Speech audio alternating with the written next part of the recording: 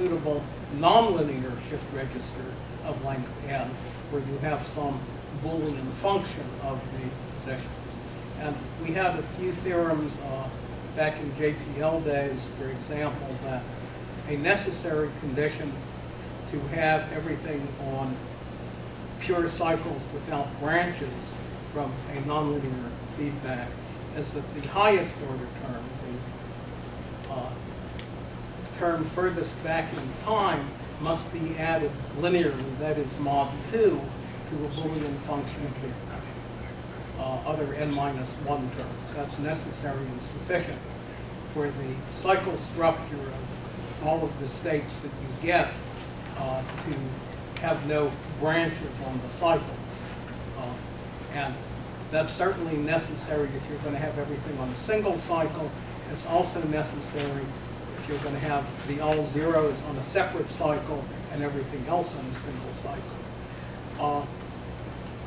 The slightly more interesting special case we found is that if you write this Boolean feedback function of n terms in the form of the highest order term x sub n added mod 2 to a Boolean function g of x1 up to xn minus 1, then whether you have an even or an odd number of cycles is exactly equivalent to whether the truth table for this Boolean function g has an even or an odd number of ones in it. The case n equals 2 is exceptional but not very important. And 2 is a very small number. But for all other values of n, you have either an even or an odd number of total number of cycles according to whether the truth table has of g has an even or an odd number of ones. What is certainly unsolved in general is what does that Boolean function have to look like to give you a span n sequence. There are partial results from that. Hal Fredrickson, who is, I think there's somewhere, I know got an interesting result in that problem quite a number of years ago. But sort of the general way of relating when do you get a span n sequence of period 2 to the n minus 1, how can you see that from the truth table? The general problem, to my knowledge, has not been solved. I had a doctoral student maybe 20 years ago, Greg Mayhew, who actually looked at this astronomical number of different span n sequences up through n equals 7. He had tied up many computers and off hours for probably a couple of years and found many parameters of these sequences and tabulated how often each of many properties occurred, the linear complexity, all sorts of other things. But even trying to generalize from that to what would happen for a general value of n, except for some fairly simple results, there are a lot of unknown questions about that much larger family of sequences. Dr. Gong alluded to what's in Chapter 8 of my original shift register sequences book. The book was originally published in 1967. Chapter 8 was a paper that I gave in 1959 at a conference at UCLA on information theory and circuit theory. And actually this Chapter 8 appeared in both the proceedings on information theory and the proceedings on circuit, transactions on information theory, and the transactions on circuit theory of the IEEE from that conference. What I was really looking at was how would you do cryptanalysis of a nonlinear sequence generated from a Boolean function. And what I concluded was it depended on the multidimensional correlation of what you were seeing as the output of the nonlinear shift register. And what I really described was what I called the invariance of the Boolean functions of n variables.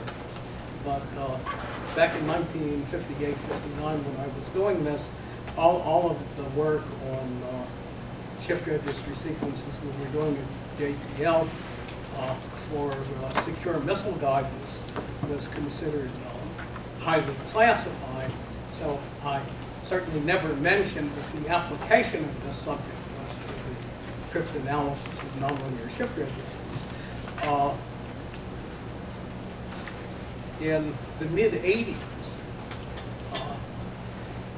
more than 25 years after I had done this, and more than 20 years after it appeared in my book, this was independently, in quotes, rediscovered and published by Guozhan Xiao in China, working with Jim Massey at Zurich, Switzerland. I think Xiao had spent a year or so visiting Massey.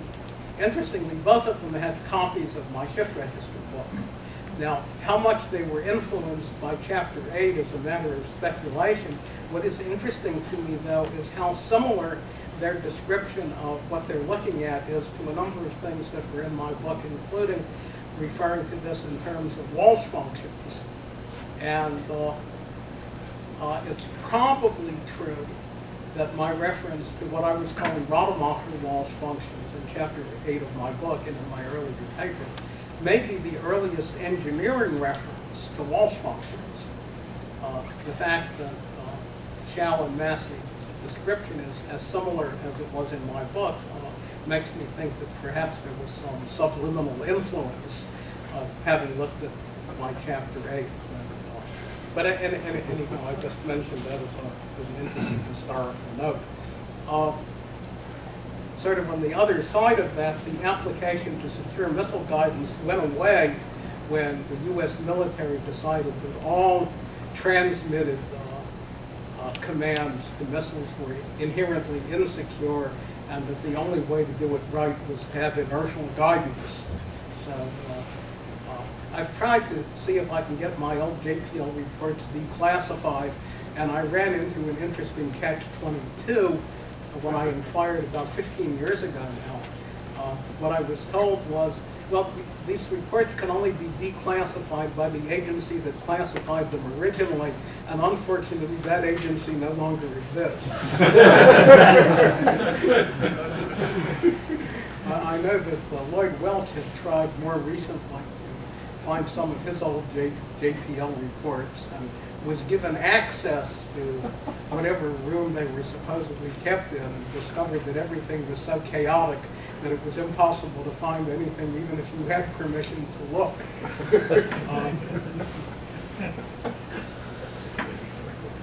Obviously, there's no shortage of unsolved problems. Very good advice that I give to students is that you should always try to find problems that have some hope of being solved rather than expending huge amounts of effort on things that are going to turn out to be hopeless.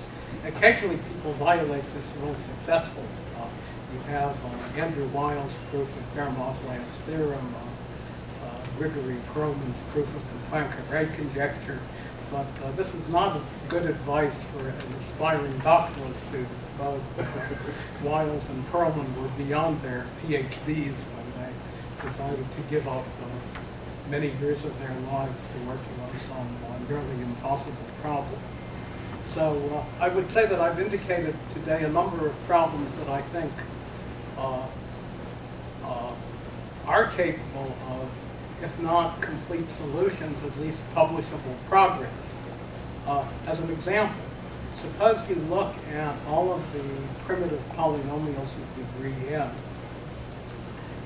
You can obviously get some result that there are infinitely many primitive polynomials of degree n that have no more than k of n terms, where k of n grows with n, but hopefully, let's say, less than linearly with n. I think even that, to my knowledge, people haven't published any proof of. And there's simply a counting argument that tells you you can't have enough primitive polynomials if all of them have too many terms. I mean, simply run out of the necessary number of primitive polynomials. So I'm not sure anyone has made a serious attempt even to apply a fairly unsophisticated counting argument to that problem. To prove that that there's some bounded number where you infinitely often get primitive polynomials is obviously a harder problem. If you pick the bound generously enough, maybe there's some hope, but I really couldn't give much assurance of that. Anyhow, I want to thank all of you for coming here today and for listening to my progress report on 53 years of looking at shift register sequences. Thank you all very much.